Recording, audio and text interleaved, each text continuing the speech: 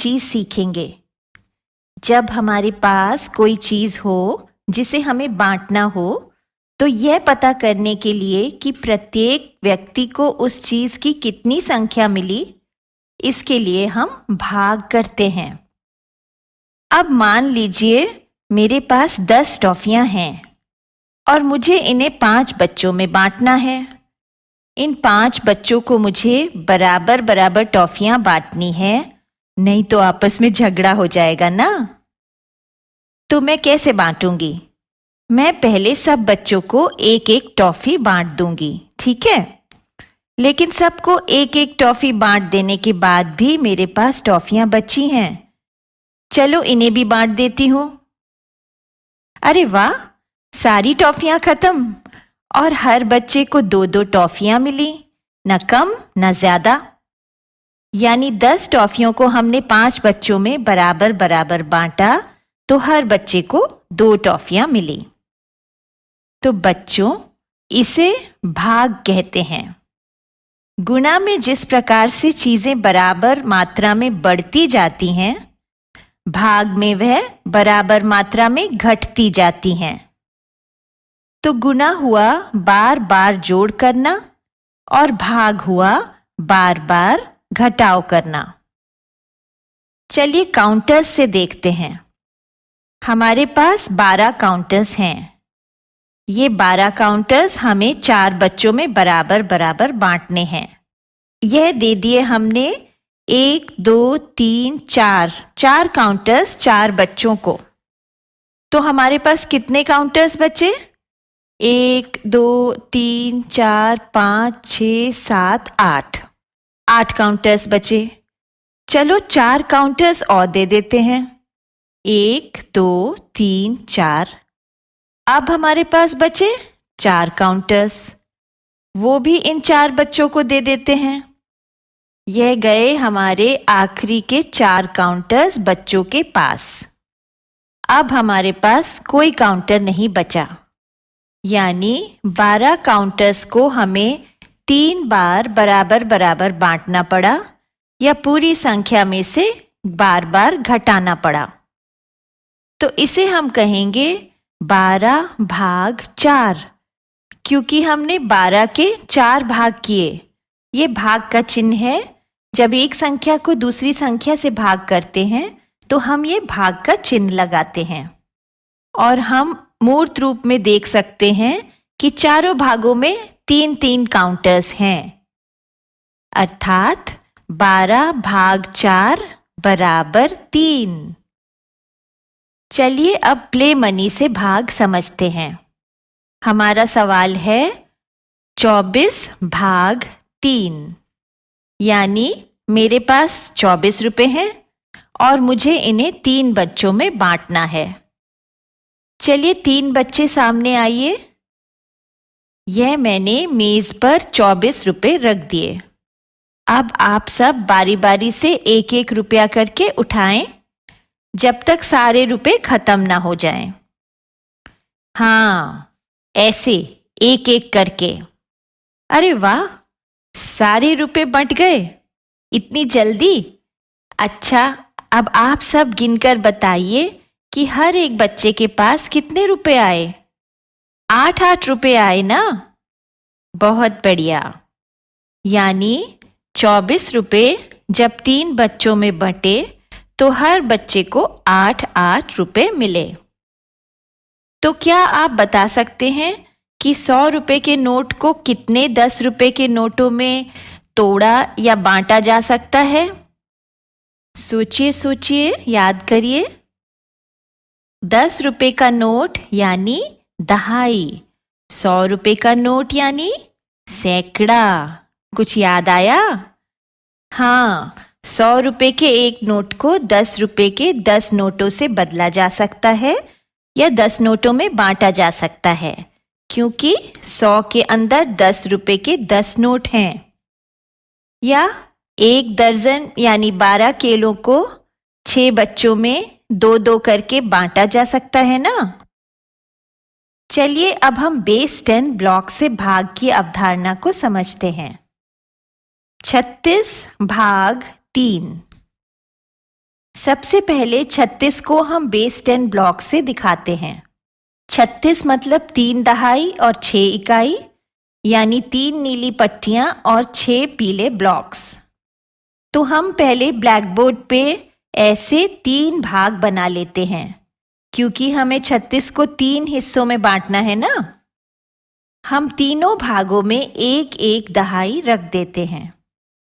लेकिन अब भी हमारे पास 6 पीले ब्लॉक्स यानी इकाइयां बची हैं और हमें इन्हें भी बराबर बांटना होगा।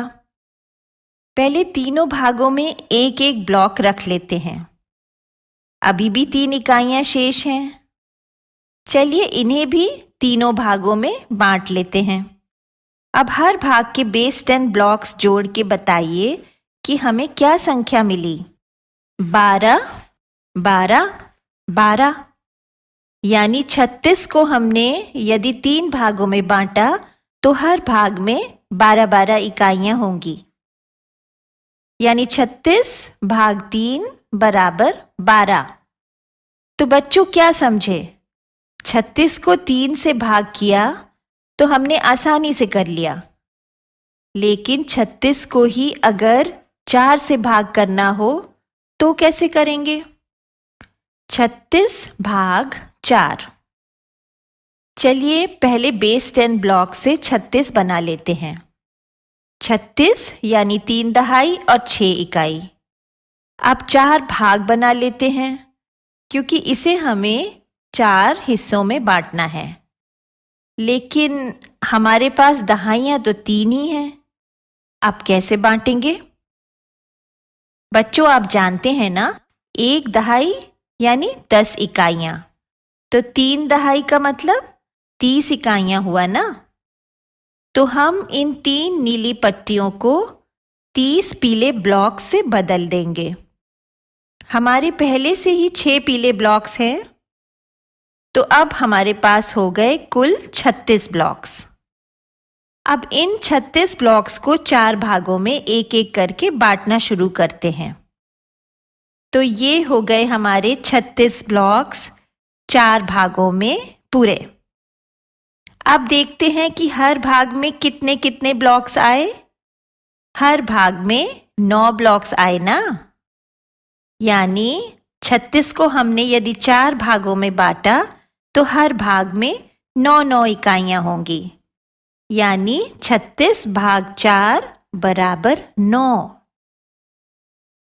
टीचर्स, बच्चों को बेस 10 ब्लॉक से भाग करना सिखाते समय आप यह बात बताना ना भूलें कि यदि पूरी दहाई सभी भागों में बराबर बराबर नहीं बांटी जा रही, तो ऐसे में हम उन्हें इकाइयों में बदलकर ही बांट सकते हैं। ऐसे ही यदि दर्जी के पास एक डिब्बी में 30 बटन हैं और उसे 5 कमीजों में बराबर बराबर बटन लगाने हैं, तो वह एक कमीज में कितने बटन लगा सकता है? यह रहे 30 बटन और ये हैं 5 कमीजें। अब हमें इन 30 बटनों को 5 हिस्सों में बांटना है ना। तो क्या हम इस सवाल को वही पहले जैसे एक एक करके बांटने वाले तरीके से करें? पर उसमें तो बहुत समय लग जाता है। एक बार मूर्त रूप में बात समझ आ गई तो अब हम इसे ऐसे संख्याओं में हल कर सकते हैं। 30 भाग 5, यानी हमें पता करना है कि 30 को यदि 5 भागों में बांटा जाए तो हर भाग में कितनी इकाइयां होंगी। इसके लिए मैं आपको एक तरकीब बताती हूँ। अब आप इस 30 भाग 5 को ध्यान से देखिए। यह जो संख्या 5 है, क्या इसके पहाड़े में कहीं 30 आता है? आता है ना? हाँ, 5 छक्के 30 है ना। यानी 5 को हम 6 बार गुणा करेंगे तो हमें मिल जाएगा 30। दूसरे शब्दों में 30 को यदि 5 भागों में बांटा जाए तो हर भाग में 6 आएगा, तो 30 भाग 5 बराबर 6। पर यह बार बार गुणा भाग कहीं आप दोनों में चकरा तो नहीं गए? बच्चों, असल में गुणा भाग एक दूसरे के भाई बहन जैसे ही हैं। जैसे जोड़ और घटाव है ना, वैसे ही। यह देखिए, मैं आपको समझाती हूँ। पहले जोड़ घटाव से समझते हैं। जैसे 3 + 2 = 5 या 2 + 3 = 5, एक ही बात है ना। और 5 - 3 = 2, 5 - 2 = 3। यह हमने पहले मूर्त रूप में समझा था ना, याद है?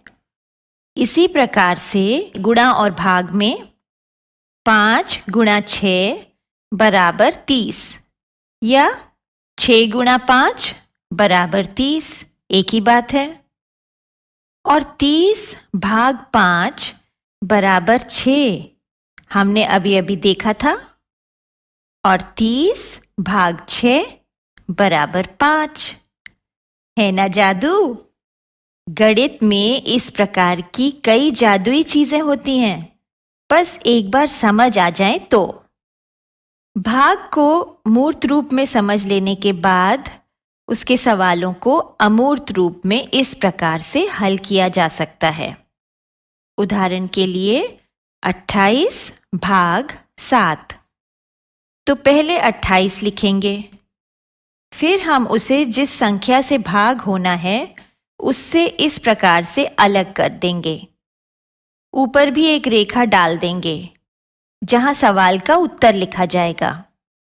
इस प्रकार के विभाजक चिन्ह को ऐसे भी लिखा जा सकता है, ऐसे भी लिखा जा सकता है, और कभी-कभी ऐसे भी लिखा जा सकता है। चलिए हम इसको ऐसे बना लेते हैं। 28 भाग 7। इसमें हमें यह देखना है कि 7 के पहाड़े में 28 कितने गुना होगा, या 28 के अंदर कितने 7 हैं। 7 का पहाड़ा बोलिए। 7 एकम 7, 7 दूनी 14, 7 तिया 21, 7 चौके 28।